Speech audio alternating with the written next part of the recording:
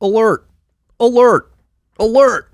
We have another Whitney Webb episode. I know we've just recorded one like 6 episodes ago, but she DM'd me over the weekend. She said, "Hey, Marty, I'm writing a series with my friend Ian Davis on sustainable development goals and nefarious attempts to power grab by the elite. And I'd like to come on and talk about it." And when Whitney Webb DMs you and says, "Hey, I want to come on and talk about what I'm writing about," you say, yes, of course. So I know she was on episode 353. This is episode 359. Can never get enough Whitney Webb. But we also sat down with Ian Davis, her co-author for this series of articles. They've only written one. Go to unlimitedhangout.com to check it out. It's about sustainable debt slavery. I think that's the title of their piece that they just wrote. But there's going to be a series of these pieces going through the Sustainable Development Goals. There's 17 of them. And yeah, it's really messed up what's going on out there. They want to control you, freaks. These people hate you. They think you're dumb. They think you're complacent. They don't think you had the ability to see through the mirage of the propaganda that they're putting out there. It's pure propaganda. They use words like green, blue, sustainable, renewable to make you feel like what they're doing is good for you, but it's actually bad for you. They want to enslave you. Think this is bombastic? Think I'm some conspiracy theorist? Listen to the episode. Whitney and Iain have done the hard work of actually diving in to all the public literature that's been put out about all these sustainable development goals and really dissected it for you. There's a lot going on. It doesn't seem too good. So I think you guys are going to enjoy this rip. It was brought to you by our good friends at Unchained Capital. I don't know if you've seen it yet, but they've launched a trading desk. This is the best way to buy Bitcoin now. You can go to your Unchained account if you have one open. If you don't have one open, go to unchained.com, open an account, spin up a vault, a 2 or 3 multi-sig vault, which you hold 2 keys of the 2 or 3 multi-sig quorum. Unchained holds 1. But now they've created the easiest way to buy Bitcoin out there. You set up a vault, and then you simply go to unchained.com/trading, and you buy Bitcoin, and it goes directly into your vault. No more needing to buy on exchange and then move that Bitcoin to a wallet you can control. You don't have to go find your keys and spin up a public address. You can now buy directly into your 2 or 3 multi-sig vault that you control using Unchained. It's available in 31 states right now. So go find if your state is eligible. They're working on 50 states. Hope to have that relatively soon so everybody throughout the United States can participate in this Bitcoin buying mechanism. Yeah, if it's eligible, it's the easiest way to buy Bitcoin. I've actually been testing it out myself, and it's pretty insane. You just buy, and it goes straight to your vault. You don't have to worry about getting your keys, spinning up an address, doing any of that stuff. Unchained takes care of it for you. You buy straight into cold storage. It's the best way to buy Bitcoin right now. Go to unchained.com/trading to check it out. Their trading team is available to walk you through the process if you have any questions, if you're not an Unchained customer and you're looking to get on board at unchained.com/trading. They'll walk you through, get you comfortable. If you're a business, high net worth individual, or a Bitcoiner who cares about eliminating single points of failure, highly recommend the Unchained Vault. And now, Unchained Trading Desk. It's here. This rip is also brought to you by our good friends at Brains.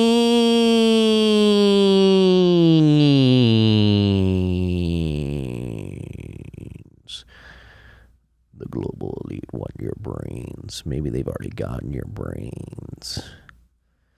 You sitting there on the couch, checking your fantasy football team. You setting your lineup. It's Thursday. It's Thursday night football tonight. Did you set your fantasy lineup? Are you not thinking about how the global elite are trying to take over your life and subjugate you to a life of debt slavery? Unreliable energy? Terrible food? Are you ready to eat the bugs? Have they gotten your brains? I hope not. I hope, like, when you think brains, you're thinking of Brains, the Bitcoin mining company, which is now Brainspool. It's not Slushpool anymore. It's officially officially Brainspool. They've got Brains Insights. They've got, most importantly, the Brains OS Plus firmware. This is the good brains. This is bad brains is sitting there setting your fantasy lineup thinking, oh, I don't even know who's playing tonight. because I'm focused on the right brains. Brains with 2 I's, BRAIINS.com. I don't even know who's playing tonight. I don't know, because I'm focused on the right brains. If you have an ASIC that's compatible with Brains OS plus firmware and you're not using it, you're an idiot. An idiot. Do you like me calling you an idiot? Does that make you feel bad?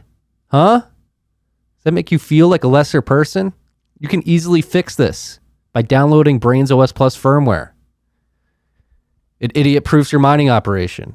Only idiots wouldn't stack more sats if they had the opportunity to, and that's what Brains OS plus firmware allows you to do. So if you're sitting there, you have an ASIC that's compatible with the firmware, and you don't have it downloaded, stop being an idiot and go download it. Go to Brains, BRAIINS.com to check it out.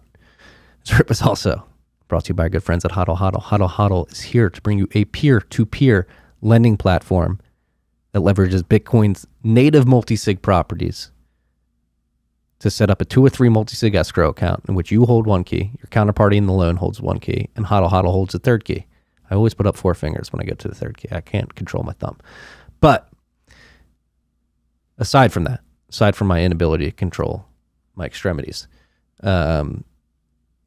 since you have 1 key in this 2 or 3 multi-sig quorum, you have visibility into the escrow account. You put your Bitcoin into the 2 or 3 multi-sig, you have a key, so you have visibility. You know your Bitcoin's not being rehypothecated or moving. You get stable coins in return, liquid tether, and you spend those however you want. As long as you're paying back the loan plus the interest, you're going to get your sats back at the end of the day. And I mentioned interest. The interest rates on Hodl Hodl's lending platform right now are relatively low compared to the rest of the market. So if you're looking to take a loan out using your Bitcoin as collateral to avoid any tax implications and you want a lower interest rate, go to lend.hodlhodl.com. No KYC, no AML, peer-to-peer. It's pretty beautiful, leveraging Bitcoin's native multi-sig properties. This rip was also brought to you by our good friends at Upstream Data. Upstream Data, they're out in Lloydminster at some oil and gas conference right now. They got Premier. I think it's Premier's up there. I'm not sure. I think it is. But they got Premier's coming saying, look at this innovative technology. It's helping us reduce methane leak into the atmosphere. That's their hash hut. I'm a hash hut owner. I'm a happy hash hut owner. My hash hut is a fucking beast because Upstream Data builds the best mining equipment in the world. If you want to get a hash hut, they have a 50 kilowatt, 180 kilowatt, and 900 kilowatt hash hut. If you're a large upstream oil and gas producer, a large utilities company, or somebody who's going out there and using small amounts of stranded natural gas, Upstream Data is building the products that you need. You get a hash hut, you get a generator, or generators, depending on how big it is. And Upstream will also acquire the ASICs for you if you need to get ASICs. Go to upstreamdata.ca. Go to their sales page if you're interested in a hash hut and tell them that TFTC sent you. Let them know. Let them know that we sent you. It helps the show out. They also have their black boxes for at-home miners who want to mine at home without the crazy that sound. It gets annoying. It just nags at you. You put your ASICs in the black box. You shut the black box and it goes from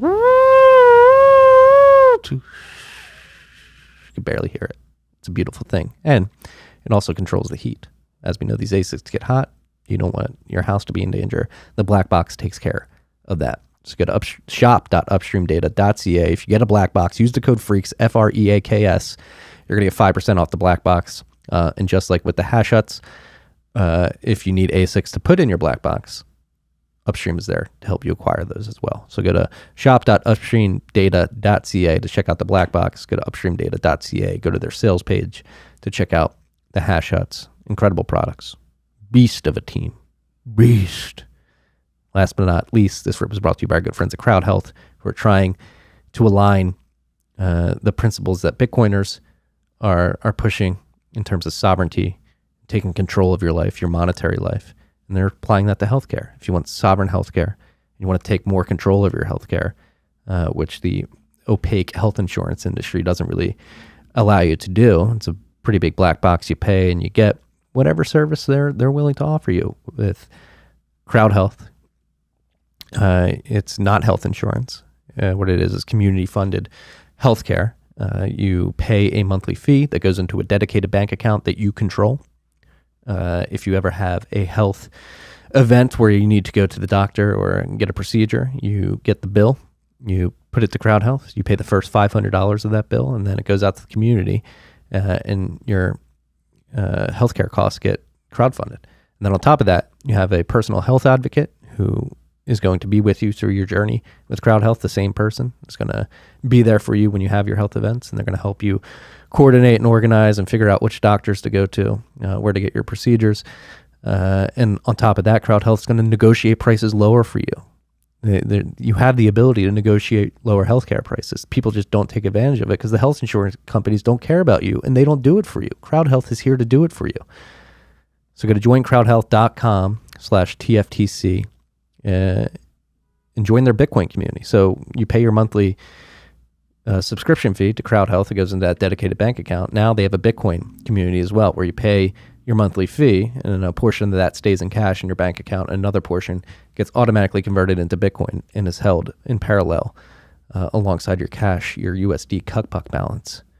You're also able to accumulate Bitcoin in your healthcare account as well. Go to joincrowdhealth.com/TFTC. The first 1,000 members of the Bitcoin community are going to get $99 a month for the first 6 months of Crowd Health usage. This is an incredible deal. My family's on Crowd Health. We're using it. We're very happy. It's healthcare for the sovereign individual and healthcare for the future. You actually feel like you're somebody's on the back end caring for you. You're not just calling a 1-800 line waiting on what is it called? We just have to wait. When you call and they're like, yeah, wait a half hour, we'll call you back maybe. And you get somebody who's in some call center, doesn't really know who you are or care about you. That's not the Crowd Health experience. It's much more personalized. It's much more advanced. They have a sleek app. It's beautiful. Join crowdhealth.com/TFTC. Enjoy it a lot. I mean, people are like, it's like a 10-minute ads intro, but I wanted to really preface this episode because it's important. Are you going to let them subjugate you? Crazy Uncle Marty. You're crazy, Uncle Marty. You're crazy. I think after you listen to this conversation, it's going to be hard to deny that there's some malintent behind the power grab that's going on with the UN, the big banks, the Rockefeller Foundation. You are the carbon they want to eliminate. Enjoy. Tiki.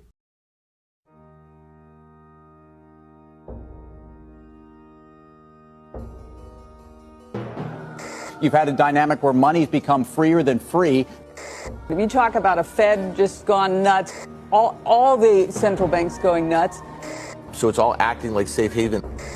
I believe that in a world where central bankers are tripping over themselves to devalue their currency, Bitcoin wins. In the world of fiat currencies, Bitcoin is the victor. I mean, that's part of the bull case for Bitcoin. If you're not paying attention, you probably should be. Whitney, back so quick. You were here a month ago.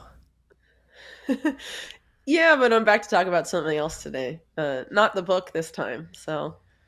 No, and this is something I'm actually very passionate about. I know we've talked about it before, but this whole climate crisis, fear-mongering that's going on and is trying to brute force changes across the globe in terms of how economies operate and what they can do with energy and what they can do with financing, ESG being a big theme. That's why I'm excited to speak with you two. We're joined by Iain Davis as well, who is co-writing a series with Whitney that dives into the Sustainable Development Goals set out by the UN and GFANZ and this weird public-private partnership that's been brewing in the background for some time now. So I guess I'll just throw it to you, Whitney. Why are you guys writing this piece, and what do you think are the most important topics we'll cover today? Cool. So, so basically the series that Ian and I are doing is called Sustainable Slavery. The first piece is out, and it's called Sustainable Debt Slavery, and it's sort of an introduction to the idea of how SDGs, or the Sustainable Development Goals, also basically the same thing, more or less, as Agenda 2030, are intended to operate in the sense of how they're going to be enacted, or rather imposed on nation states. So this series sort of started because I found Ian is like my favorite person to talk about public-private partnerships with, because I think he has a handle on it that is like really easy to understand for people that don't work in this world necessarily, and help explain it to a lay person. And so I stumbled across this thing. I'll just call it that. It's basically the UN-backed mechanism to back SDG number 3, which deals with healthcare. It's called UHC 2030, and it is, as of course, it's a public-private partnership between the worst actors in big pharma and major governments like the UK and Canada. I think the US is on board as well. And many other countries, and it's the means of implementing this particular SDG. So I had Iain take a look at it, and at the same time I was working on a piece aimed at another SDG that deals with ocean conservation. It's really a land grab and debt for land swaps and stuff. So it just seemed pretty obvious, like, why don't we just do an introductory piece and go hard on pretty much every SDG and dismantle it, because it's all bullshit, at least what they're selling it as. Well, I'm happy you brought up the land grab for the ocean territory, because that was actually one of the top comments in our last episode. I think you mentioned it the last time I recorded last month, and somebody was like, we need to dive further into that. So hopefully we can do that today. But what I think was interesting, something that really stuck out to me in your piece, is that a major driver behind these sustainable development goals is the climate crisis. And you guys highlight that only one of the SDGs, SDG 13, I believe, has anything to do with climate. Yeah, nominally. I mean, I think they cloak a lot of the other stuff. They like to bring up climate change a lot, but in terms of, there's only one SDG that deals expressly with climate action, and the rest of them are all about other things. And basically, the UN here is using sustainable as a synonym for transformative or transformation, and it's not the same thing. Obviously, at least that's how sustainable is being used because of how most people in the public conceive of the idea of sustainable. And obviously sustainable is preferable to unsustainable, right? And so that's part of why they're using that particular word, but what they mean is transformative, and they give that away a lot. One of the graphics that is used in the piece is from the UN and is about the SDGs, and it says transformation, and it's all about transforming everything. And as Iain pointed out in the part he wrote in the piece, there's an SDG for literally every part of your life. And Iain, if you want to comment on that, I'll throw it to you.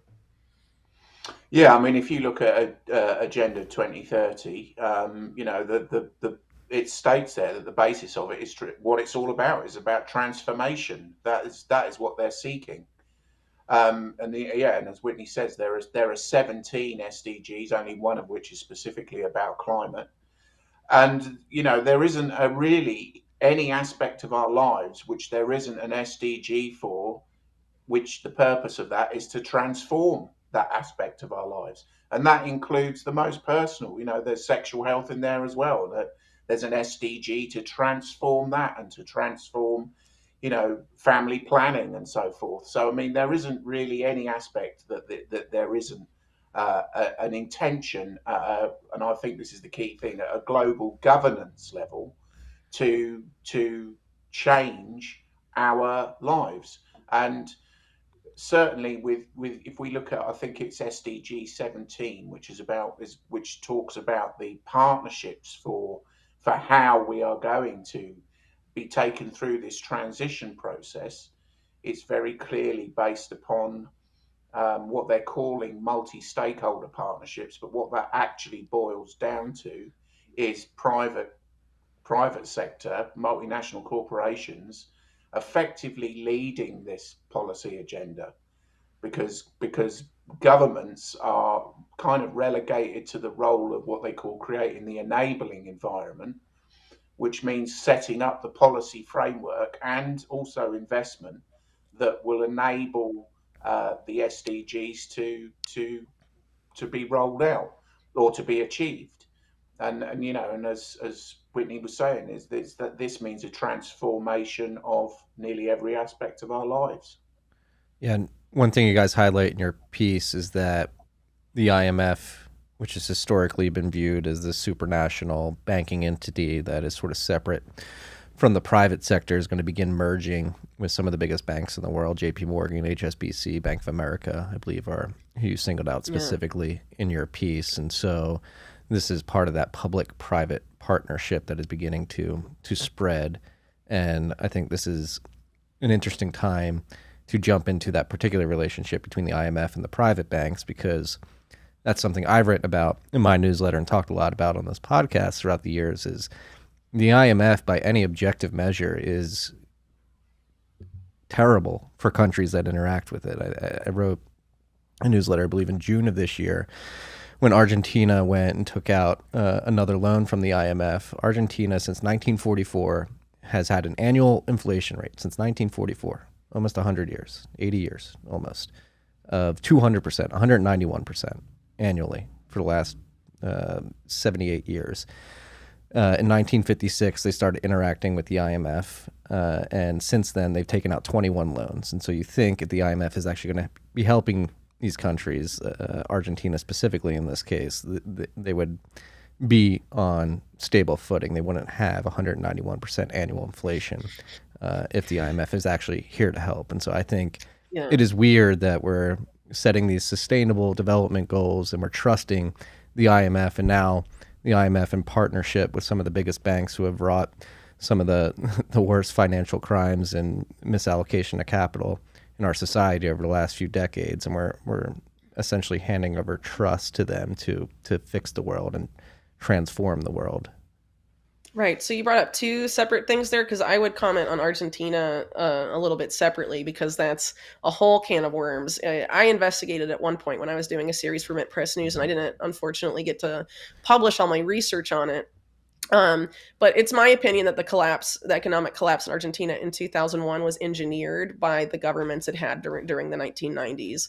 And one of the goals of that was to intentionally force them to take out loans from institutions like the IMF, because the goal was a debt for land swap. Going way, way back before Argentina's economic collapse even, there was an effort to sort of get, for bankers wanted Patagonia for some reason. And so there was this big effort for this debt for land swap. And even in the most past couple of years now, in name of the SDGs, actually the current president of Argentina, in talking to the IMF about debt restructuring, talked about the idea of doing a debt for conservation swap, which, as I mentioned a little bit ago, is basically the repackaged SDG version of the debt for land swap of yesteryear. It's a land grab, but it's being justified as, oh, this is for conservation, for climate, whatever. But ultimately, the way they're setting things up, something that could happen, okay, they're setting apart this area for conservation, but it's going to be managed by a natural asset corporation. And that natural asset corporation, can develop it ostensibly to conserve, but okay, oh, there's minerals found in it. Okay, they're going to set up a mining operation, and that's not conserving, but they can offset that by buying financial products that allow them to trade whatever in carbon markets and offset the environmental damage they're doing by, moving those credits to somewhere else where they like plant a forest in a country on the other side of the world and all this gobbledygook. I mean, that's basically the system they're setting it up. So the IMF for a long time has been seen, like you said, as supranational, but a lot of people have sort of pegged it as being dominated by the U.S. empire in this unipolar model following World War II. And actually, there's this army manual that was leaked by WikiLeaks. It's from 2008, and they refer to the IMF as being a financial weapon. And they talk about it, also refer to it as being part of the global system of financial governance. So it's considered a weapon of unconventional warfare and part of this global financial system. And now, and we saw this in a big way with COP26 last year, you have Larry Fink, for example, of BlackRock coming out and saying, if we want to get serious about climate change, we need to reimagine the World Bank and the IMF. And that's also when you have GFANs, which you mentioned earlier, the Glasgow Financial Alliance for Net Zero, which is basically Mark Carney and Mike Bloomberg coming together for financial hell upon earth. I don't know any other way to describe it. They're basically saying, let's merge the IMF and, in the World Bank, let's reimagine them, like Larry Fink says, by merging them with private banks and making it all one big happy family. So that means essentially, instead of becoming unconventional weapons for, US empire or the Anglo-American empire, whoever you want to think of it, it's now the financial weapon of the banksters that are basically behind the whole climate change, sustainable development agenda. In this multipolar world that we're going to transition to. I'll let Iain talk about multipolarity. he has some great articles on that. So yeah, I'm not convinced by the multipolar new world order. I think it's kind of an extension. I think it's the natural transition actually of the unipolar world order. It's where it's got to go in order to make this global transition to a new economic and new international monetary and financial system. In order to enable that, and it's something that the think tanks and the oligarchs have been talking about for a long time, there needs to be a transition of power from west to east, because that's where the new emerging markets are, which is something that in GFANs, if you look at what GFANs is made of, this Glasgow Financial Alliance for Net Zero, a big, it's made up of these different alliances. They call them alliances. Well, if you look at the alliance for I think it's called the Banking Alliance. I can't remember the exact title of it, but if you look at that particular alliance, the people in that are HSBC, Deutsche Bank, JP Morgan. These kind of banks are in there, and one of the goals of that is to set policy. So to inform policy through the GFANs forum. So when we consider that Deutsche Bank last year, or maybe it was the year before, said that we really need to consider about what level of dictatorship we will accept in order to move towards sustainable development. If we're, as Whitney was saying, this common thing comes up that if we're serious about it, then we really need to consider things like dictatorship, which Deutsche Bank were openly discussing. They are now informing policy through things like GFANs at a global level. And that is what is going to be feeding into sustainable development. And I think one of the things that strikes me about it, and when we talk about the concept of sustainable development, which most people probably believe, is that it doesn't really matter whether or not you think that sustainable development aims at somehow mitigating the impacts of climate change. Even if you accept that climate change, as it's described to us by the quote unquote science, is genuine, and that that we are heading towards some sort of climate catastrophe, even if you accept that, sustainable development is not the solution to it. Sustainable development has got nothing to do really with addressing the problems that are said to cause this impending climate disaster. For example, carbon trading and carbon offsetting doesn't mean reducing the amount of CO2 that's been being put into the atmosphere. They admit that in their own stuff, basically. Yeah. Mm-hmm. It doesn't mean that. What it means is that the quote unquote big polluters can carry on polluting to their heart's content, as long as they offset it some way through what is already projected to be a $120 trillion carbon trading market. Which the banks love. So of course, obviously, it's a new casino, dude.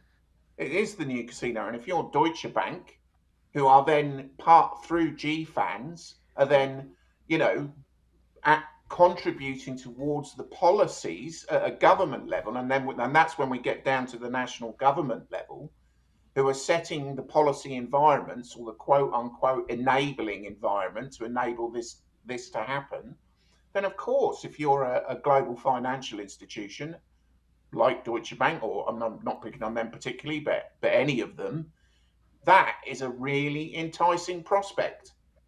So that's really the nature of so-called sustainable development. Ultimate regulatory capture. Well, the other side of it is turning everything into a commodity, including things that aren't currently part of the economic system. So that's things like financializing what they call natural capital, or the financial world. Also human capital and social capital. And they've even been pitching, I think, in outlets like New York Magazine, I think it was, like basically selling stock in yourself and like in your future, and like how much money you'll make after a time, and like people can buy stock in your life. I mean, it's getting that your nuts favorite blockchain wants to do this. Ethereum wants people to be able to sell personal equity in themselves. Favorite blockchain. Yeah. No, but it's no comment. Well, I think this is, I mean, I have a couple of things I want to say. Number one, just the people involved. That's what I really want to get through to anybody listening to this, and hopefully you guys share this, because I think it's important. There is a the power that these people have already grabbed is incalculable. Insane. And they're going for more and more. And it's just like Mark Carney, we mentioned him, HSBC, Deutsche Bank. Mark Carney and HSBC specifically. When Mark Carney was, I forget if he was the head of the ECB, or not the ECB, the Bank of England, or he was part of the Canadian Central Bank. He was head of Canada's and England's Central Bank. Yes, he's been head of both, but when HSBC had their Mexican drug cartel crisis, where they got caught laundering money for the Zeta cartel, and the U.S. Treasury tried to essentially shut down HSBC, but Mark Carney stepped in on behalf of HSBC and basically said, hey, just slap them on the wrist with a fine. So there's some terrible moral hazard just with Mark Carney specifically being a public sector banker at the Bank of England or the Central Bank of Canada. Yeah, but he's the guy that Ewan put in charge of all this shit. Right? Well, so this is what I want to highlight. Like, these are the people running all this stuff. And then Deutsche Bank, Whitney, as we've talked about in past episodes, I mean, they were openly allowing Jeffrey Epstein to use their bank to wire hundreds of thousands of dollars after he had been imprisoned and let free. Now they're trying to work together. Now they have an ocean resilience philanthropy fund that, they're big in the ocean conservation market now, and it's a market. They're calling it the blue economy, and Deutsche Bank is trying to be at the center of it. It's so dumb. I mean, you read the stuff that they're promoting, the groups involved in this, including Deutsche Bank's philanthropic arm. Oh, sorry, did I cut out? You're good. Like Deutsche Bank's philanthropic arm, they'll say stuff. It's business as usual, but they just put blue in front of like the word loan or any other financial product, and all of a sudden it's part of the blue economy, and it's really good, and it's sustainable development, and it's great for the environment. Blue loan, blue bonds, blue investing. It's all great now because we put a primary color in front of it. Yeah, well, so I mean, this goes back to like what you were getting at with the word sustainable. It has this connotation that people just take for granted. Like, oh, sustainable, that's good. We should be going towards it. Blue, it's a good color. Green, that's a good color. It's not red. It's not orange.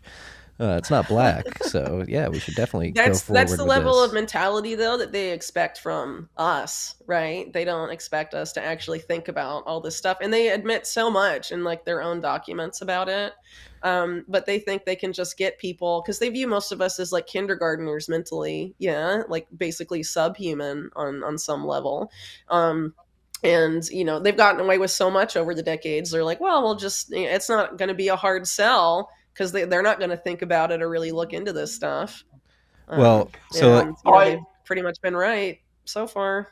I do have to wonder it's interesting that you should say that, because when you read through a lot of this documentation, when you read through a lot of this stuff, I do think, because it's just junk, isn't it? I mean, a lot of it, you read it and you think, well, how could anybody ever think that was a good idea? And I think you're right. I think it's predicated upon their perception that no one's going to read it. The only people that are going to read it are people that are, obsessive about it, perhaps like people like us, and Yeah. each other as a kind of signal that this is the roadmap that we are going to use. That's they're relying on the fact that, well, with good reason, they can rely on the fact that the mainstream media aren't going to report it. I mean, that's so they can know that that's not going to happen. So they can just put any junk in these statements and think they can get away with it. And I just wanted to add something while we were talking about the multipolar world order, where we're heading with the multipolar world order. I've recently been doing a bit of research on that transition. And I just wanted to. I'm talking about Mark Carney, who is also he's a trustee of the World Economic Forum. He's the UN Special Envoy for Climate Change, and he was also a board member of the Financial Standards Board. And I mean, it just goes on and on and on with Carney. He's in absolutely everything. Yep. But this is what he said, and I couldn't believe this because I reread this, talking about the multipolar world order. This is what he said at Jackson Hole in 2019. So he's talking about this this is a quote from his statement: "A destabilizing asymmetry at the heart of the IMFS, International Monetary and Financial System, is growing. While the world economy is being reordered, the US dollar remains as important as when Bretton Woods collapsed.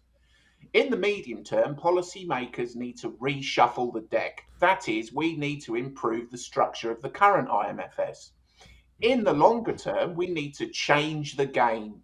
Any unipolar system is unsuited to a multipolar world. In the new world order, a reliance on keeping one's house in order is no longer sufficient. The neighbourhood too must change. A multipolar global economy requires a new IMFS to realise its full potential. That won't be easy. Transition between global reserve currencies are rare events. It's an open question whether a new synthetic hegemonic currency would be best provided by the public sector, perhaps through a network of central bank digital currencies. Synthetic hegemonic currency might smooth the transition that the IMFS needs. The deficiencies of the IMFS have become increasingly potent. Even a passing acquaintance with monetary history suggests the centre won't hold. Let's end the malign neglect of the IMFS and build a system worthy of the diverse multipolar global economy that's emerging." So when people talk about this new multipolar global economy and world order that we are heading into, it has been planned over the last 20, 30 years as the destination. This is where we are heading to. So the idea as well that it presents some kind of bulwark against globalist ambitions is just, and China and Russia are fully on board, of course, with sustainable development. Well, actually, they said that just recently. Putin and Xi are meeting. I forget in which country, on the sidelines of some conference, I guess. And I saw earlier today, clips from their respective speeches, and they're saying we want to build a unipolar world is increasingly dangerous. We want a multipolar model that's just and fair, and they emphasize the central role of the UN in that. And everything we're talking about right now is coming from the UN. Yeah.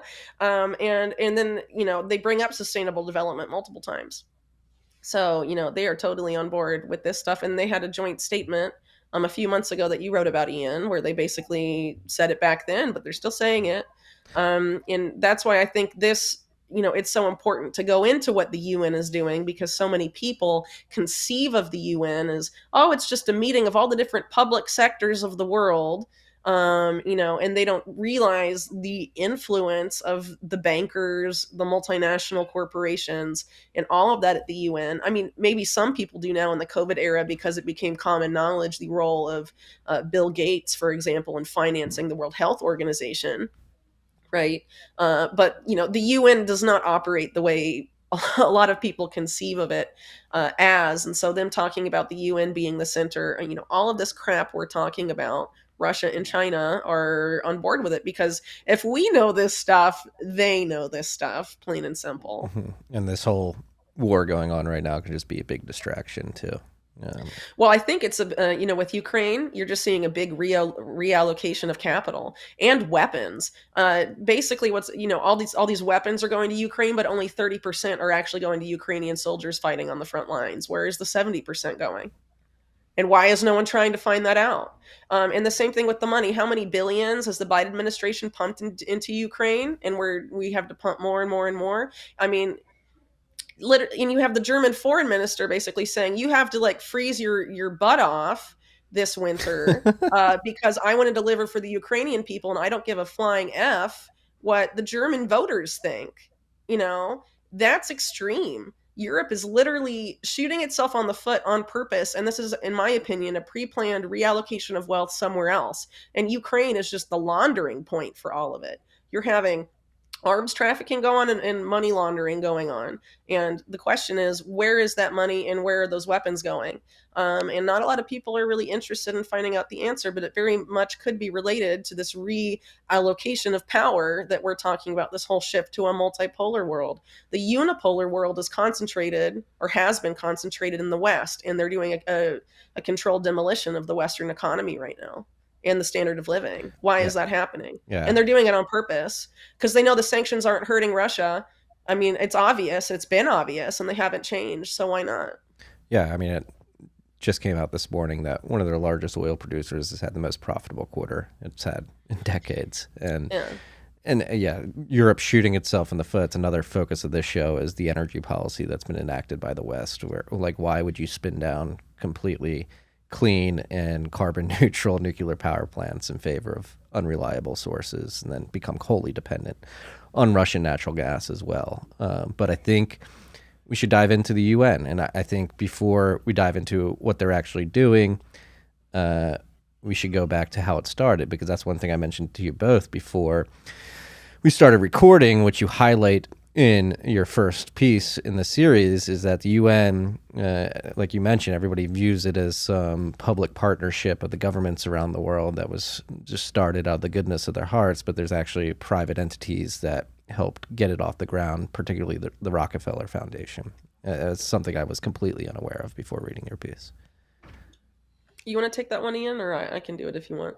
Yeah, I mean, the Rockefeller Foundation were actually the two interesting things. The Rockefeller Foundation have been deeply involved from the pre-war period, going back, before the Second World War, are particularly involved in the development of what we might call global governance through what was then the League of Nations, but also very heavily involved in China. So the Rockefellers have been instrumental in building up the Chinese economy as well. But that's a kind of a side issue, but it's a notable parallel. But with the League of Nations, I think that there was a perception after the Second World War that the League of Nations had failed, and the Rockefellers were particularly involved with I can't remember the name of the. Do you remember, Whitney? What were they called? I can't remember the name of the UN body the League of Nations body, but it was something to do with global governance development fund. Yeah, I'm not familiar. But that was the transition. That was kind of the transition point at which the League of Nations was changed into the what is now the United Nations. And the Rockefellers not only funded that department entirely. They were the money. There wasn't any government money in funding that department. That basically, more or less, became the UN Secretariat as the Secretariat is now. That was entirely Rockefeller funded. So now it isn't. Now it is funded by the contribution of member states. But it wouldn't have been put in place had the Rockefellers not been pushing it. And the other. Sorry. Carry on. Well, I was just going to add that the Rockefeller family also donated the money to purchase the land in New York City on which the UN headquarters sits in New York. And that's the only reason the UN headquarters is in New York, is because of the role of the Rockefeller family there. So they have a lot of influence, and they've been involved in global governance and pushing for global governance, and specifically the global preeminence of public-private partnerships since the 40s, if not earlier. And so you see a lot of influence there. And this is a family also that historically has funded things like eugenics. They're very interested in setting policy, particularly in the developing world, because they want less people in the developing world. And, there's a lot of things going on when you're talking about the Rockefellers, but someone like David Rockefeller, for example, in his memoirs published in the early 2000s, basically admits that his whole family has been pushing for a global governance system for a long time. And people confuse sometimes the idea of one world government, global government, with global governance. And Iain has a really good way of explaining that, the difference and why it matters. Yeah, I mean, I would say that governance is more about policy agendas rather than setting specific hard and fast policies. So you create the policy agenda generally through the global financial institutions working in tandem with the international think tanks. So they create a broad policy trajectory of where we want the end goal for policy. Where do we want this to lead? And then that can be then disseminated through organizations like the international, the IMF, and through the World Bank and so forth. That can then be disseminated to national governments. And it's at the national government level at which those policy agenda. So we're not talking about, saying you will do this and you will do that, but rather setting a framework for policy development. And then policy development at the national level that's when it gets through, obviously through legislation and through policy commitments. That's when it becomes hard and fast policy that affects us. Yeah. So that's government. So government is obviously the hard rules that we are subject to. But they just set a globalist agenda, which is why you get things like, for example, everybody saying at the same time, build back better. Because build back better comes from a document called the Sinai. It was a global policy agenda document called the Sinai Preparedness for Disasters. I can't remember the full title. But it's in that, and that was written in 2015 that we first see them using this term, build back better. So that is a UN consultative document through UN the UN through UN consultation.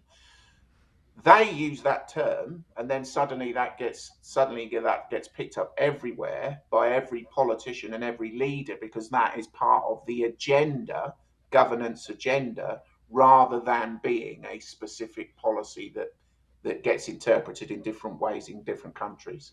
Yeah, so from an American perspective, you have Agenda 2030, which is trying to get us to net zero carbon emissions.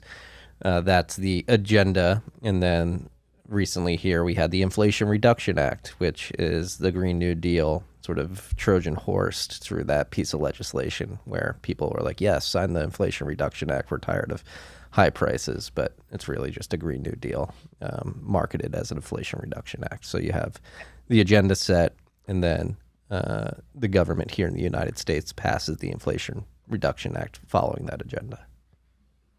Exactly. Yeah, but in the U.S., they disguise it as something else because they don't want to say what they're actually doing. So like you pointed out, it's basically climate policy masquerading as inflation reduction. One of the things that bill did, for example, was create a national green bank. And I forget the name, but it's another lending mechanism that's supposed to be one of the biggest public-private lending mechanisms for quote-unquote green energy in the world. And it's going to expressly benefit one of the main lobbyists of the Inflation Reduction Act, Bill Gates, who actually has taken credit for getting that bill passed. Bill Gates created something a couple years ago, and his partners in it are people like Jeff Bezos and BlackRock. It's called Breakthrough Energy Catalyst, or BEC. And they basically stand to get most of the money from the National Green Bank in this lending program. Lovely. Yeah, no, but really, it's no joke. And the whole idea here is, a lot of people on the left, for example, like support this policy. They think, oh yeah, solar panels, whatever. This isn't going to be a kind of world where you're allowed to have a solar panel on your roof and power your own house with renewables. This is where they're going to make like power plants of renewables, but the owners are going to be Jeff Bezos, BlackRock, and Bill Gates. And it's going to be, rationing energy usage based on, how much carbon or whatever else you're consuming in your lifestyle and stuff like that is how that system's set up. But it's centralization of energy. So, okay, it's quote unquote renewables, but it's not decentralized. It's going to be complete centralization of energy. And, energy and food are basically what power civilization. Yeah. So if you control the energy, which breakthrough energy catalyst is now going to do by using our own taxpayer funded money against us, thanks to the Inflation Reduction Act, they're going to take control of energy by having all that money funneled to them through these mechanisms that were passed in that bill. And then you have at the same time, the same people like Bill Gates buying up all the farmland in the US. So they're going to control the food too. Yeah. And then BlackRock owns all the houses too. So and they own all the houses. And we're going to become a nation of renters, says Bloomberg. By the way, Bloomberg, Mike Bloomberg, co-founder of G-Fans with Mark Carney. It's the same very small club. I mean, it's even smaller than the 1% that we were all complaining about in 2008. This is like the 0.001% playing for keeps and taking it all. Yeah. I mean, that's what we're dealing with right now. And it's totally mental. Because they're getting away with it. And there's people on the left that are like cheering on stuff like the Sunrise Movement that are like, they're not even saying implement these specific policies, Nancy Pelosi. They're like protesting and just take action now, any action. I mean, that's Greta Thunberg's whole thing too, basically. We don't have time to think about how we solve it. We just had to do something, or there's going to be this climate disaster and we're all doomed. So implement something fast, and here are these ready-made solutions. And oh, look, it's the bankers that have made it all, and all these people, oligarchs, and it's going to create, this crazy system where no one has control over their own lives, and pretty much everything important is owned by an extremely small number of people, and they're only getting away with it because people are not looking into what's being offered to us at all. Well, they're not looking into it, and then they're leveraging fear with the climate crisis. People are afraid. They're like, do something. And actually, it's a bit of a tangent, but I finally realized the contradiction with Bill Gates, particularly. He wants the world to transition to renewables, particularly solar and wind. But focusing on solar, Bill Gates is also the same person who earlier wants this to year blot out the sun. Exactly. Right? Earlier this year, he was trying to blot out the sun. And he also wants to transition to solar. It's like, how do those two things compute? It doesn't make any sense.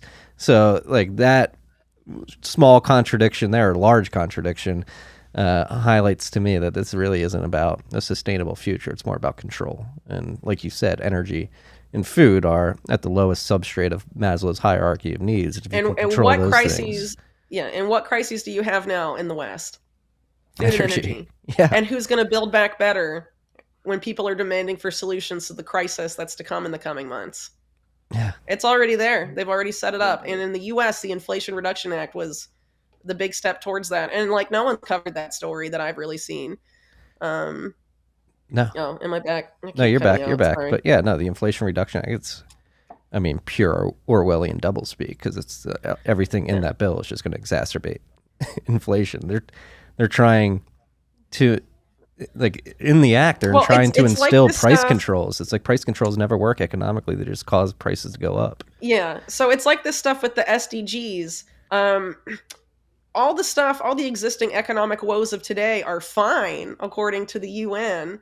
And debt, economic crises, all of that can be included under sustainable development, because if we don't implement the SDGs, they promise us that the economic crises that await us are infinitely worse, and the debt that await us are infinitely worse than the debt that will be part of sustainable development.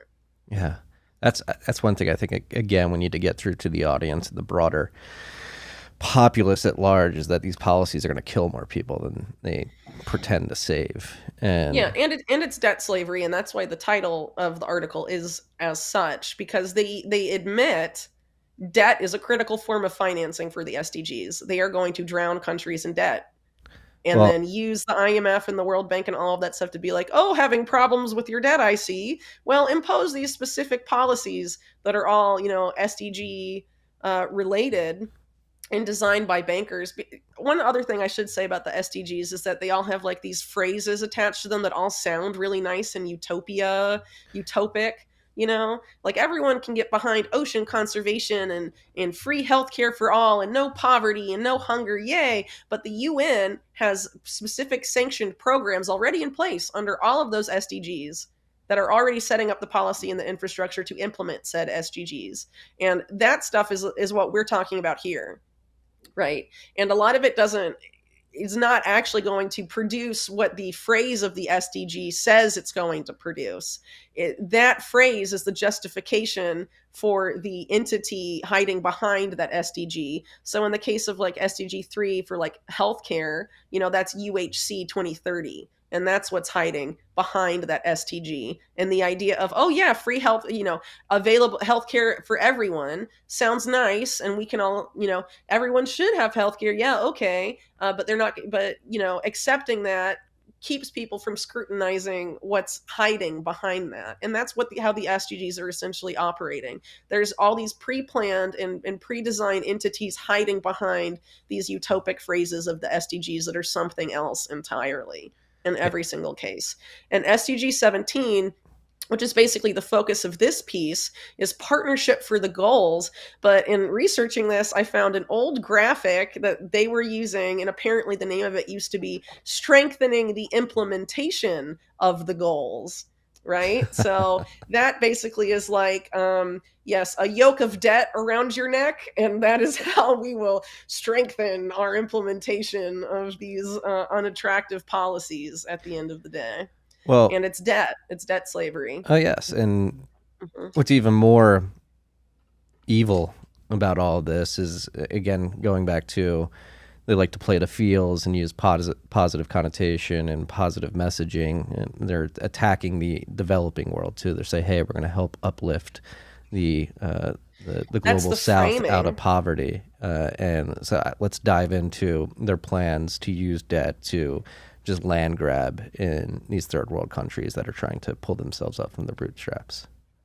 Yeah, sure. So I'll actually bring up the one that I mentioned earlier. So the Nature Conservancy, you may know of this because the head of the Nature Conservancy right now is Henry Paulson, formerly of Goldman Sachs. The ATMs are going to be out of money by Wednesday. Print $1 trillion. And we'll declare martial law unless you bail out the banks, Congress. That's Henry Paulson. So Henry Paulson is in charge of the Nature Conservancy. They've launched a new arm called Nature Vest, which is all about investing in natural capital.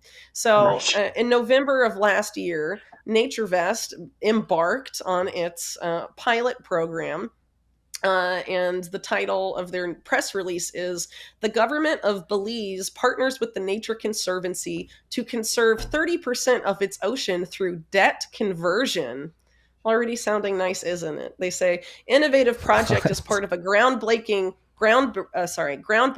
global plan to fund ocean conservation while providing fiscal and economic benefits for coastal nations. Right? So this is the pilot program. It's going to go global. They're going to throw a bunch of money in the ocean and call conservation? No, it's actually worse than you think. So I don't know if you have show notes, but I'm happy to send these links to you so people can see we'll put everything what's going in the show on notes. Here. So this global program, the Nature Conservancy calls it Blue Bonds for Ocean Conservation. And they describe it as an ambitious plan to drastically scale up durable ocean conservation around the world. This is quoting them. This conservation model is an innovative strategy to work with governments to restructure a portion of their sovereign debt, securing long-term sustainable financing for the management of valuable natural resources. And basically what happened here, if I can pull up their case study, they made a little PDF of it. this is from their transaction highlight section. So basically what happened, per them, Belize repurchased 100% of its super bond to refinance its debt at a 45% discount. A Nature Conservancy subsidiary provided the blue loan to finance the repurchase. DFC, which is the United States International Development Finance Corporation, provided political risk insurance wrap on the blue loan. Credit Suisse financed the blue bonds, which funded the National Conservancy subsidiary to make the blue loan. Yeah. Belize committed to achieving marine conservation targets and using a portion of the financing savings to fund conservation over 20 years, part of which is prohibiting local people from fishing in their own waters. Lovely. Wow. Yeah. So this is just the start. You get debt restructuring fees, you get underwriting fees, and then you cut people off from food sources. Yeah, so I'm writing a piece specifically on the ocean stuff, and this is crazy, but this is just one part of it. There's a whole organization that's basically mostly bankrolled by Deutsche Bank, the UK government, and the Canadian government. And their whole thing is 50 unique financial products to conserve and protect the world's oceans. And it's just a crazy casino while also being a crazy machine for land grabs in the developing world. And a lot of these pilot programs are expressly in Latin America.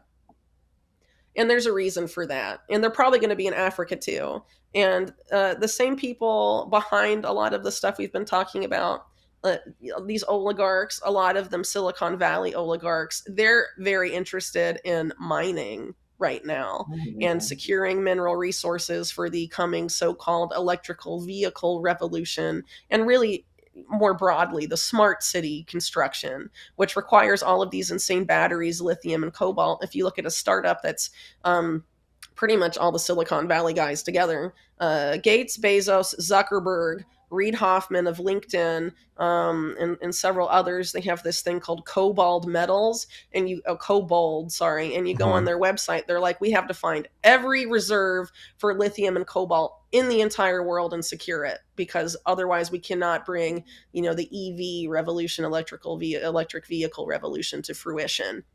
Right. So that means all of the Andes, all the way down, including national parks. There's a huge cobalt reserve in a national park down from where I am in Chile in the Andes. And this is supposed to be national park territory here. They're already creeping and mining into it. They illegally drained a lake by my house to start strip mining the side of the lake in the mountains. And there's literally a national park less than a mile away. And a ton of people live there. There's a tourism agency around that lake. They just stole the water. Nothing's happened to them. And this is going to keep happening all over Latin America because the mining here is so predatory and so insane. It's just madness. And it's going to be the same for Central America too, because they have mountains. I mean, this is a resource grab that is literally going to destroy the developing world like we've never seen before. And that's why they are cloaking this with environmentalism, because if people actually knew what they were going to do to the environment, there's no way they could sell this. There's no way they could sell it. And they are getting the countries on board. These are with governments like Costa Rica, Belize, they're getting the governments on board, and they're selling it to the people as we're going to lift you out of poverty. And they're selling it as a left-wing project. A lot of these countries have had US-backed right-wing leaders for a long time that have been, in the case of like Colombia, for example, involved in narco trafficking and like other stuff, or, allowing multinational corporations to pillage local people's wealth and stuff. And so they're selling it as a left-wing thing where, we're going to do what Evo Morales did in Bolivia. We're going to pull you out of poverty, but they're not going to do anything like that. It's just a selling point. And they're going to just take it all. And that's what they're doing here. Mm-hmm. So these debt for land swaps have a long history, but they've cloaked them now as debt for conservation swaps and debt for climate swaps. And this has been going on in a huge way. Ian and I were talking about the other day how 15, I think it's all actually, of the UK's national parks are now part of a public-private partnership. No one in the UK voted on this. It just happened last year. Yeah. And it's basically a land grab too. So yeah, your national parks in the UK aren't public anymore. It's a public-private partnership that's financed by Santander Bank and Estee Lauder, the Lauder family. Yeah, I mean, that's Palantir. mental. And there's no coverage of this crap. And no one on the left is talking about it. They're asleep at the wheel or claiming to be environmentalists, and they're enabling literally the worst destruction of the environment ever and the worst pillaging of the developing world that's ever happened. And it sucks for me too, because I live in South America, and this is literally happening in my neighborhood. And I think a key part of this agenda too is that they want to depopulate here, so because people would protest the mining, and all this stuff comes together. I think there's a reason why Latin America, you saw, I think more than any other continent in the world, mandatory vaccination policies. You had Ecuador and several other countries like literally make it mandatory to get the COVID vaccine and stuff. But anyway, that's like a separate issue, obviously. But I think it goes hand in hand, to be honest. And there's a lot of really dark stuff that's to come if people don't wake up to this agenda. Yeah. Ian, did you want to jump in and say something? Well, really, just to support what Whitney said, because the ambition of this is staggering. It is staggering. Mm-hmm. They are talking about basically financializing the earth and everything on it. I mean, I looked at something called the theft of the global commons. So the idea is that the things like the global commons, which are that you see that mentioned specifically in Agenda 21, but also in lots of documents about conservation and the earth and nature. Broadly define the global commons are those things on earth that no one specifically owns at the moment. For example, the Andes. Now some people own parts of the Andes, but no one owns the Andes, right? Well, they're talking about financializing, for example, the Andes. So making that what they're calling a natural asset. So what does that create? It creates water sources. It creates, it has an environmental impact in and of itself. So that will become a service. That will become a natural service for which can then be licensed, and you can buy and sell the license for that natural service. So if you're gonna do something like an open strip mine on the side of a mountain, obviously that's going to have an impact on on conservation. So that's going to have an impact on sustainable development. But that's okay, because you can still do it if you can negotiate the license with whoever might be funding that. So you negotiate the license, carry on strip mining anyway, but offset your sustainable. So you can actually, I mean, as has already happened in China, this has already happened in China. This is there are a number of coal-fired power stations that have been built in China, which, because they were using less harmful coal burning technology, were paid for with UN sustainable development grants. So these are brown coal-fired power stations paid for under the auspices of sustainable development. So that gives you some idea of what this is really about. And it has got absolutely nothing to do with protecting the environment. It's got nothing to do with conservation. It's nothing to do with nature. The idea is to sell nature as a service which can be licensed. That is what this is about. And one thing I want to add to that. So Ian, you brought up how this is also about financializing the processes of nature. So it's not just mountains, rivers, lakes, whatever, right? Literally the ecological processes that underpin all life are going up on the market. And this includes stuff that, like, you put your body in the ground when you die. You're going to be charged for that now, in this world they're making. The ecological process of decay or anything else, the ecological process by which water is purified by the earth, or any of that. I mean, this is all, you're going to be charged, and it's all going to be part of this new crazy economic system. And who do you think that benefits? I mean, they're framing this as like pulling out of poverty the third world. I mean, what a joke. It's disgusting. It's madness. It's totally disgusting. It's just as anti-human as the transhumanist agenda. Yeah, It's anti-nature, but the transhumanist agenda, a lot of people, are pointing out how anti-human it is, but what we're really facing is more than anti-human. It's really anti-life, all life. Yeah. I mentioned this is an effort.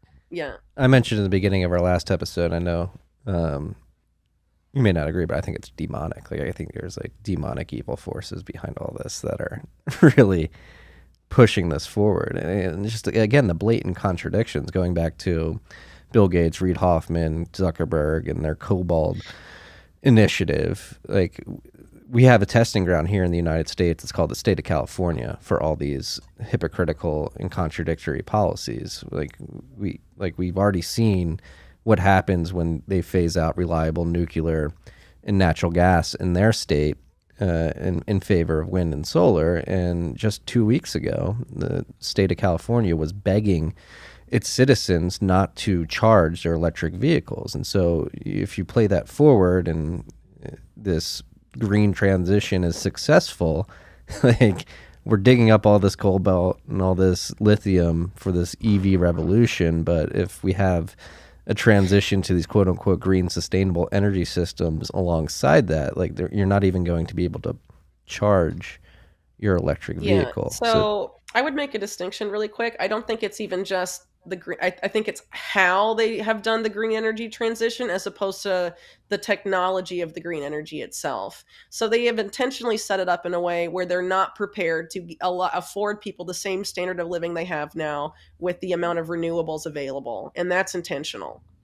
That's intentional because they're trying to reduce the standard of living. The electrical vehicle revolution is not to enable renewable powered driving patterns as they exist now in the United States. It's to enable basically an Uber system for smart cities only.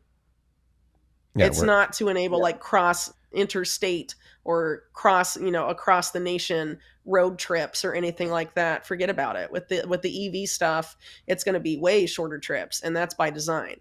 And here's the thing: when changing how energy works, this I think again ties into the depopulation agenda. If you're able to restrict how much energy a person can consume, you're restricting how much economic activity they can engage in, and you're restricting how big their family can be. Yeah. And that's why it's happening this way. People are writing it off as incompetence. It's not incompetence. It's the plan. That's been a big discussion on this show too. I have a lot of people on, or it's just pure incompetence. These people think they're doing good. Bullshit. Bullshit. It's not incompetence. They know exactly what they're doing. What they're doing. Yeah. If you look at things like net zero policy, if you look at that, there is no way that can work with the population that we have at the moment, running our lives as we do at the moment. One of two things have got to give. Either we live much smaller, much more confined lives, or there are just simply less of us. Because if you look, for example, at things like cobalt, currently there is no evidence at all that there is sufficient cobalt on this earth to power even something like China's car use. That there isn't any evidence that cobalt actually exists. So the idea that we can all kind of start driving around in electric cars is utter nonsense. It's not true. So with current technology, of course, I mean, if there's some sort of technological leap forward that comes forward, but then, who knows? Why would we imagine that that's the case? Based on current energy usage and based on current technology and based on the availability of resources, it is fair to say that what the sustainable agenda means is a massive reduction, as Whitney says, in energy use by us. Well, there's only two parts of that equation, isn't there? Yeah. And then it can't be incompetence. I mean, so much has been written off of incompetence in world history. Take like 9/11, for example. written off as just pure incompetent and all this other stuff. Hey, I mean, too there's soon. We numerous just had other we just had the examples. 21st anniversary earlier this week. We Oh, can't talk about sorry. that right now. Yeah. Yeah, okay. 21 years too soon, I guess. My bad. So, but I mean, it's constantly used as, same with COVID-19, written off as incompetence. The lockdowns, the toll of the lockdowns, they knew, everyone knew. Well, except the people, a lot of the people in the public, but there were critics and skeptics from the very beginning who were sidelined and ignored, and now they're backpedaling. But I mean, it was known what it was going to do then. Yeah, right? and then you had the vaccine rollout, which is becoming glaringly obvious was probably a bad idea. So when you're just saying they're incompetent, you're absolving them of any sort of criminal intention. Yeah. So you're just saying, okay, the world is run by idiots. And I would say, no, the world is run by professional criminals. Yeah. I wrote a 900-page book about why that is so. And I think I make a pretty good case for that. It'll be I mean, on if this you think it's bookshelf all soon. incompetence by... Right, well, cool. Yeah. So if you think it's all by incompetence at this point, how come everything's so coordinated between these guys with these policy agendas if it's all just by chance incompetence?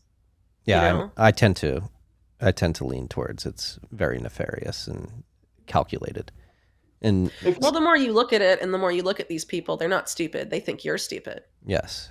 If you look at the public health response to COVID-19, and I've looked at it particularly, obviously, from a UK perspective. If you look at what the government did, every single one of their policy responses increased the mortality risk. Every single one. So if it was incompetence, you would imagine that a couple of their policy initiatives would have improved or reduced the mortality risk. None of them did, not one. Every single one increased the risk. So that seems to me like a concerted effort to increase the mortality risk. That is what they've done.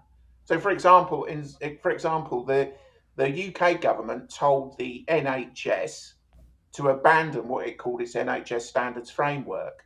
Well, that meant that the NHS could discharge people without assessing first whether or not they've got an ongoing care need. So that increases the mortality risk. They then ordered the NHS to discharge every single patient that wasn't basically critically ill. That increased the mortality risk. They then sent them to care homes where they withdrew primary healthcare support. That increased the mortality risk. It's every single policy decision, one after another. They introduced midazolam into the care homes that GPs were prescribing without seeing patients because they couldn't go to the care homes. That increased the mortality risk. They gave midazolam to elderly, vulnerable people who they hadn't even assessed what their pressing health condition was. That increased their mortality risk. It's not unreasonable to say, and I am more and more coming to the conclusion that what we saw specifically in the UK, but I think everywhere, was a cull of the most vulnerable, a deliberate cull to give not only just, and I don't know whether it was necessarily purposefully to cull people, but I think it was to, obviously that creates the impression of a dangerous pandemic if you possibly can. So you need people to die. So what we're going to do is systematically roll out policies that will induce people to die. That is what happened, in my view. Here's another example of incompetence. Jeffrey Epstein's quote unquote suicide and the fact that the guards were asleep, the cameras didn't work, and all this other stuff that happened to enable his quote unquote suicide, where per the official story in his suicide risk, paper thin bed sheets, he hung himself from something that was shorter than his own standing height. So he had to curl up in the fetal position and dangle himself from something that was paper thin. Yeah. So that's the official narrative. And the guards being asleep, the camera's not working, all written off as incompetence. Okay. Yeah. So if you think Jeffrey Epstein killed himself, then you can't really buy the incompetence argument for these people. You know what I mean? And I think that's a lot of people. Yeah. It's a pretty big meme at this point. So, Well, there's no shortage of examples, to say the very least. And the more you actually bother to objectively look into the stuff, it's very hard to write it off all as incompetence, especially things like, in economics and finance. Economic crises. Pretty much every economic crisis of the past several decades has been a wealth transfer to the same people over and over again. Is that incompetence? Or that's a hell of a coincidence, isn't it? yeah, it's happening right now as we speak as well. Sure, And COVID was another wealth transfer. Policies specifically designed to enrich who? You look at the Federal Reserve's policies. A good example would be the work of John Titus at Best Evidence over on YouTube. He's pretty much shown that the money from the Fed, who'd it go to? Checking accounts of the ultra rich, basically. Check out his last videos. It's mental. Whitney, we've discussed this many times on this show, but like, what the hell is it going to take to wake people up to actually begin fighting back against this utter evil that exists? Because it's only like they're only getting more emboldened, it seems, with these SDGs and so commoditization of the oceans. First thing, don't be afraid of these people, because if you're afraid of them, they have power over you. I think that is like a good starting point. Another good starting point is to start dismantling all this fairy tale stuff we're being told about what's happening and the solutions we're being offered right now. That's why Iain and I are doing this series. We think this stuff is really important and is very undercovered. I don't really know anyone doing deep dives on the SDGs right now, except for us. Or financialization of nature, except for Corey Morningstar, who doesn't publish very frequently and should be much better known than she is. But there's very few people working in this space, and this is an agenda with a lot of more money behind it than most other agendas at this point, to transform every aspect of our lives. Why aren't more people talking about it and looking into it? And so part of this is tied up with taking responsibility for ourselves. We have to know what these solutions, quote unquote solutions, are that they're foisting upon us really are. We have to take the time to educate ourselves about what's really going on here. Yeah. There's a lot of different things we can do too, in terms of getting off of the digital, control grid as much as possible. CBDC should be a red line that no one listening to this podcast or watching it should cross. As soon as you start participating in the CBDC system, you have given yourselves over to it, because you're a slave to convenience. You have to get off it. You can't be part of that system. Yeah. Do you guys have any hope that what they're trying to do is just getting too heavy and it's going to collapse in and of itself, because it's just they're going for way too much, way too fast? Like, I think COVID and the response to COVID and the vaccine rollout was way too much, way too fast. And I think that has a bunch of people startled, like, wait, what the fuck did we just do? Unfortunately, I think we're now at the stage where they are at the destruction phase. They're at the point now where what happens to us has become, if you look at the purpose of propaganda, the idea of convincing us to go along with all this stuff, obviously they care about what we think, but they're at the point now where they are creating circumstances, and I would suggest that the sanction response to the Ukraine war is a classic example of that, where they are creating circumstances which are in and of themselves going to have such a massive impact on everyone's lives that people are going to be, regardless of the propaganda, people are going to be so embroiled in just trying to make it through the next day that they're not going to have time to think about challenging this agenda. And if the government tells them that this is all Putin's fault, whether it is or whether it not, even whether they believe it or whether they don't, they're not going to care, because they're going to be too busy thinking about how they're going to put food on the table. So that is the level at which we're at now, and I think this is why the solutions are not going to come from, in my view, the solutions are not going to come from us continuing to listen to them. If we continue to listen to them and continue to do as we are told, then that can only lead us one way, and that is towards basically the evisceration of our societies. So what we need to do is start thinking about each other and start thinking about what we can affect now in our local communities. How can we, if you've got no health service in your town, if you can't see a doctor's appointment, if you can't get a doctor's appointment, if you can't do any of those crucial essential services that are being taken away from us every day, then what is the point of appealing to the people that are taking them away? There's no point in doing that. What we have to do is work together to replace those services.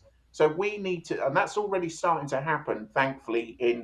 There's an organisation in the UK that are looking at building. It is going to be a private system. It will have to be a private system, and people will have to contribute at a private level. But we need to start taking responsibility for those essential things, because the government that we elect is serving the global, what I would call the parasite class. They are serving the bankers. They're not serving us anymore. So the way that we are going to be able to fight this is to take increasing responsibility for everything around us. We have to take that responsibility. And increasingly, as we do take responsibility, I mean, we were talking just now about whether it's incompetence or whether it's planned. It doesn't really matter, does it, whether it's incompetence or whether it's planned? Because if it's incompetence, what's the point of them? And if it's planned, who would listen to them? So we need to start taking responsibility for everything. Our food, where our water sources, our health services, we need to run them. Taking the power back starts with yourself and your family and goes from there. Yeah. It goes from the local level up. And that's what we have to do. For too long, we've been waiting. I think, especially in the West, well, really most of the world, we've been psychologically conditioned to wait for a political savior to come fix everything. Decades and decades and decades and decades in the making. And there's a bunch of people now in the US that see this stuff coming and they're like, okay, Trump 2024. No way, dude. we don't, you guys remember Operation Warp Speed? We don't have, we cannot wait for that person. And even one person coming in, they're not going to let that person get to, number 10 or the White House or whatever. It's not going to happen. Yeah. No. That political savior has to be us.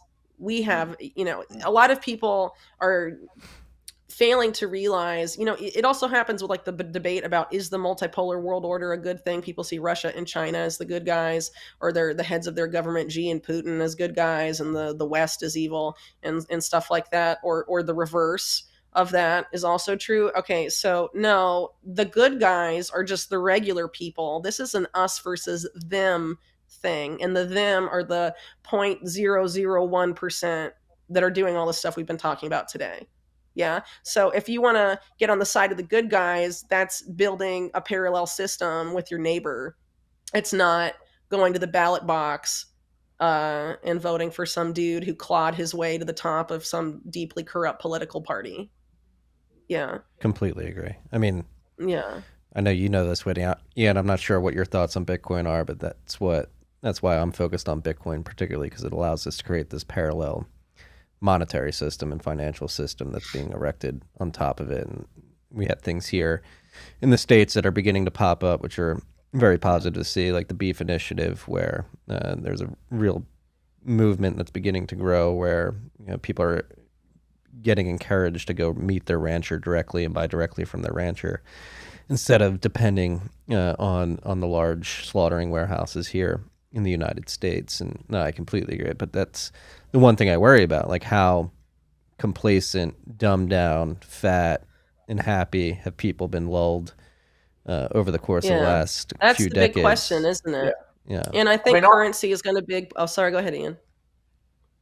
No, I was just going to say, I think it's really important that we accept that we need to rid ourselves of our obsession with convenience and comfort. Totally.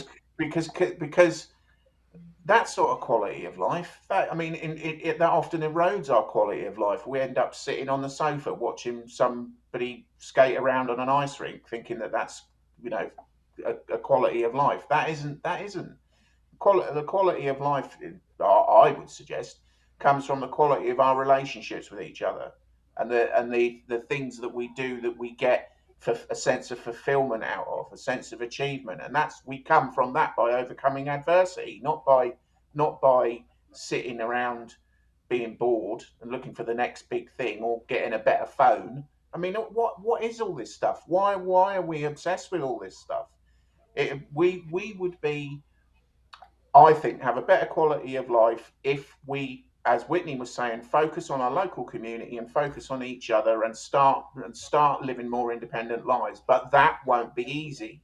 Not only will it not be easy, there will be attempts. If we do that at a sufficient scale, there will be attempts, probably by our governments, to stop us doing it. So we have to face up to the reality that in order to actually resist this, if we are serious about resisting this, then we are going to have to overcome and persevere.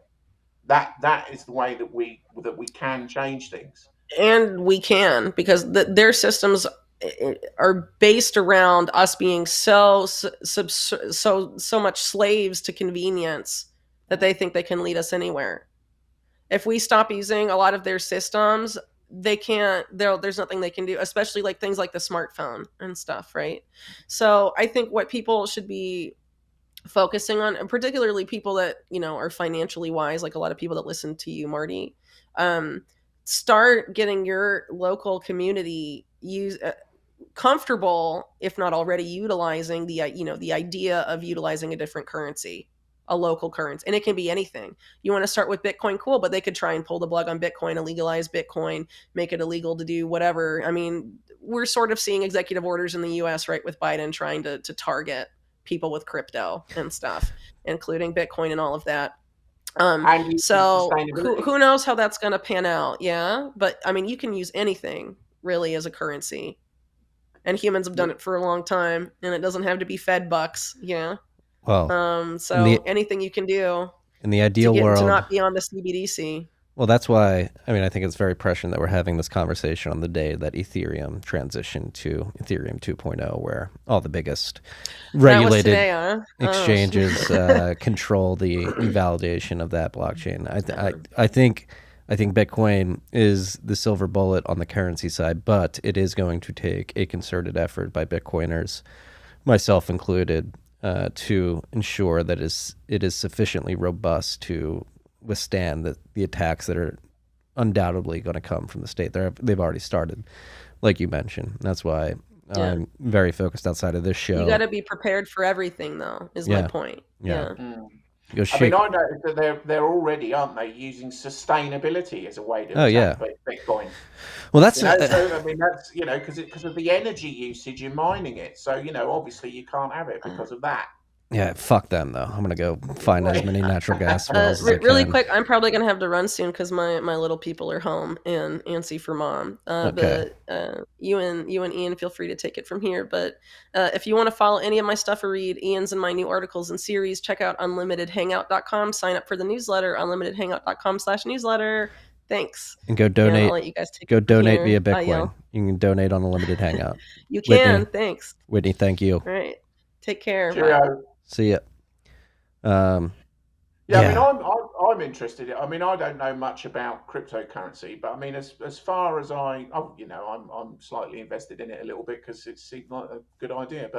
But I mean, I'm interested in the technology of it in terms of, and I think more than perhaps the coins themselves, it's the technology that is so promising. The blockchain technology, because as I understand it, if you have this, it's essentially egalitarian, isn't it? If you've got these anonymous nodes that are performing the checksums that enable the transactions to be verified, that is essentially egalitarian. But I think that the danger comes that you can flip that technology, you can reverse that technology if something like central bank digital currency, which is also based on a blockchain, but the intention is to control the nodes. So you control the nodes. So then it becomes basically a financial tracking system.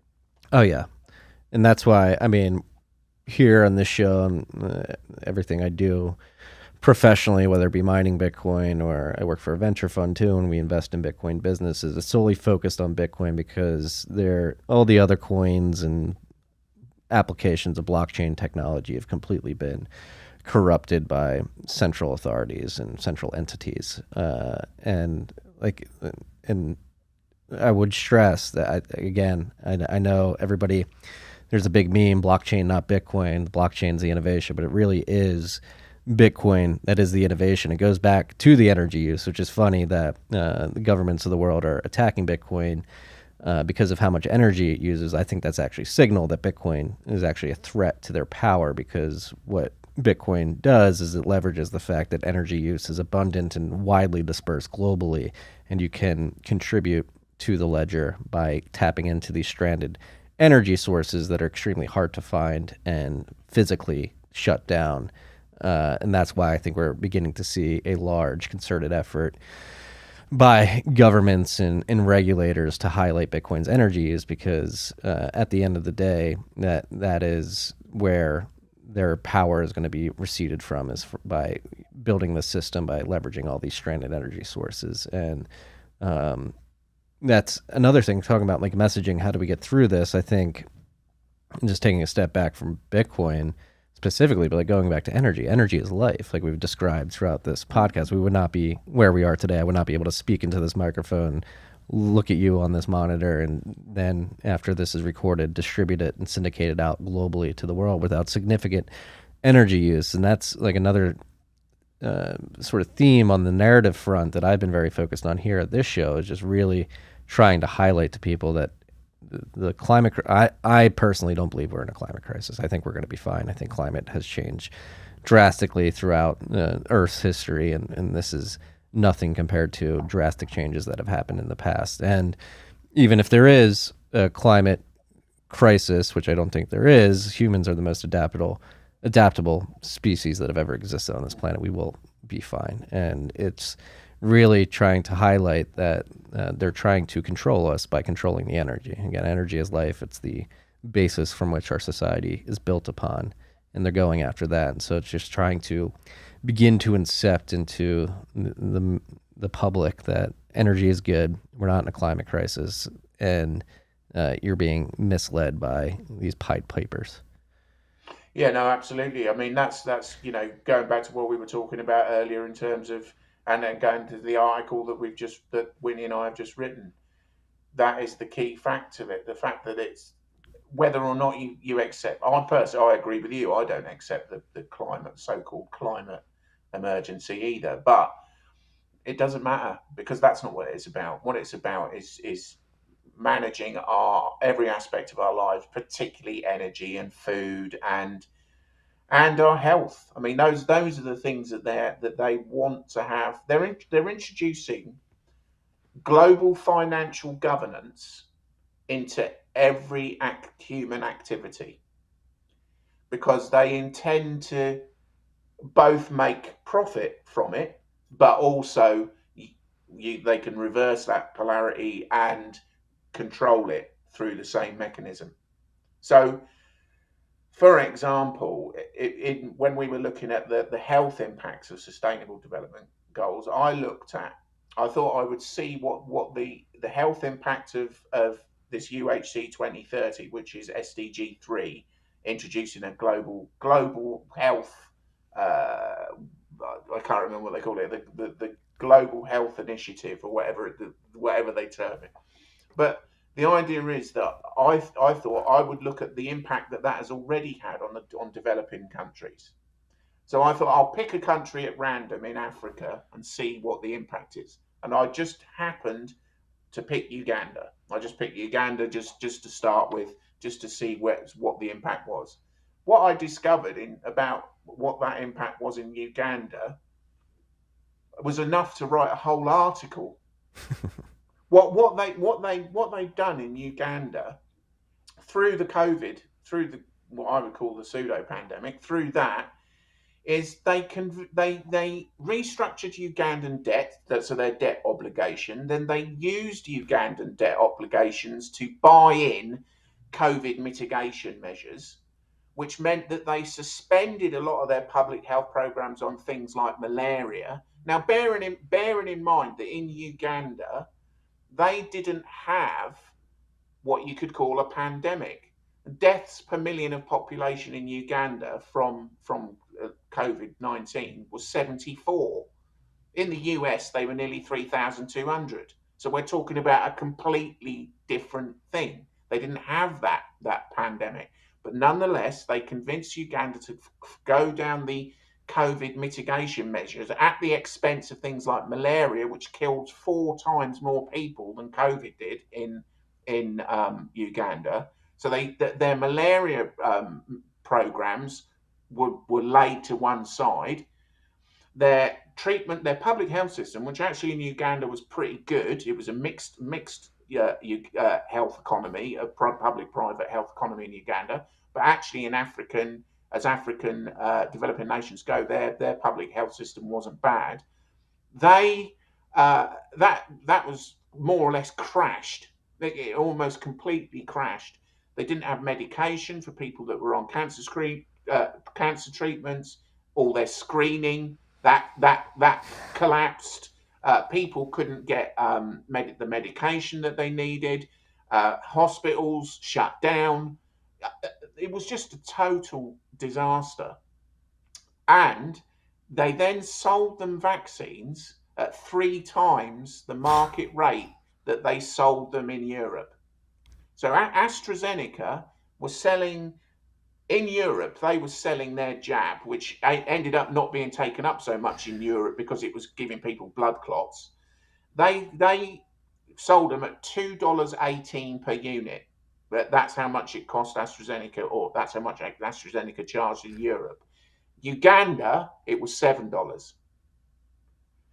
So they sold 18 million of these shots at $7 each, at a markup of 300%.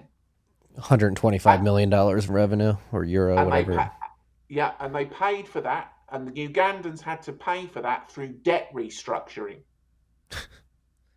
So it is a scam, it's epic proportions. It's epic. So that was just the first country in Africa that I looked at. I just picked that at random, and that's what I found. Holy shit! We need people to wake up and get angry, get even. Yeah, yeah. I mean, we definitely need people to do that. Well, Iain, I thank you for the work that you're doing, have done. I mean, you want to plug the book Pseudo Pandemic? So I write at my own blog website, which is iaindavis.com. It's IAIN Davis.com, spelt the English way. I also write for and work for UK Column. I'm fortunate that I have quite a lot of my work syndicated with other people. Very lucky to be able to work with Whitney Webb at Unlimited Hangout, Off Guardian, and people like that quite often reshare my work. I'm an author as well. I've written 2 books, A Dangerous Ideology, and my latest book, which I wrote in 2021, was Pseudo Pandemic. Pseudo Pandemic basically is about the information that was available during the pandemic, because publicly available, otherwise I wouldn't have been able to write about it, because I wouldn't have known about it, that people weren't told. So everything that I could catalogue, I just started cataloguing really all the information that people were not made aware of during what I've termed the pseudo pandemic. And to understand why I termed it the pseudo pandemic, you can get my book on my website. It's freely available as a PDF download. And I only charge really if somebody wants a hard copy, because obviously there's a printing cost for the hard copy. But the idea of the global public-private partnership, which is something I know a lot of people have fortunately picked up and are starting to talk about, I really owe that as well to an excellent researcher in the UK, a guy called Richard D. Hall, who he has his own site, richplanet.net. He pulled out the global governance network that I plotted in my book. He made an initial graph out of that, an initial diagram out of that, and then together we worked together to create what became, a lot of people spoke about in terms of the global public-private partnership. So, and that is a model which I hope people can look at. And if they read the book, I can hope that they'll come to appreciate why I talk about the flow of policy rather than a global government. I think that's we're somewhere away from that yet, but that is certainly where we're heading. Yeah, there's this ephemeral governance structure driven by these agendas.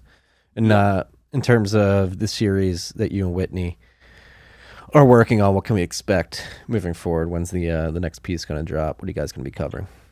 Yeah, well, we're hoping to go through all the SDGs. So there's 17 of them. So, we've already more or less, I think the 17th is probably the one that sets the scene, because that's about the multi-stakeholder partnership and it's kind of the framework, the developmental framework for all the others. So we're going to look at all of them, and as we said, that there's an SDG for pretty much everything. So we've got another 16 to write about. But I mean, whether we'll write about each and every one, I don't know. But we're certainly hoping to sort of be putting the articles out, every couple of weeks or so that people can follow the series and hopefully expose. And this is what really matters, that we can expose what is actually behind this agenda, because it isn't anything like what most people imagine it to be. And it's designed that way. That one of the things that we mentioned in the first article was what we called untangling the word salad, because it's sold to us with all this fluffy rhetoric about inclusivity and resilience and sustainability and all these things that sound like wonderful ideas, but dig beneath it, and those things quickly evaporate, and what we're left with is hard-nosed control mechanisms. That's what this is about. Well, Iain, I want to thank you for your work. It's extremely important. I'm happy that we were able to sit down and discuss all this today. I hope anybody listening out there, please share this episode. We need to get these messages out there. We need people to wake up and understand that there is a massive power grab. And at the end of the day, especially if you have children, like I've got 2 young sons, and just thinking that there's this nefarious cabal of the 0.001% of people out there who just so happen to come up time and time again throughout the decades as working together to produce bad outcomes. Just to think that they're out there actively trying to push my sons into some subjugated reality is infuriating. And if you're out there with children, grandchildren, nieces, nephews, whatever it may be, I hope you have a fire lit up in your body as well, because this shit's serious. And luckily we have people like Iain and Whitney out there on the front lines trying to wake us all up. So very happy that we were able to do this, Iain. Hopefully we can do it again as you guys continue through the series. Maybe we'll wait 1 or 2 more articles in the series and catch up on what you guys covered in those, and we can continue this conversation. No, I really appreciate it, Marty. Thank you very much. It's very nice to meet you. And I would also say that definitely, cryptocurrencies and alternative ways of payment are also really important. We are gonna need those kinds of solutions. So thank you for what you're doing as well. Hey, we're all in this together. Absolutely. Let's go forth and light a fire under everybody's ass. It's time to take control, people, before you get controlled. Yeah, absolutely. All right. That's all. We got peace and love, freaks.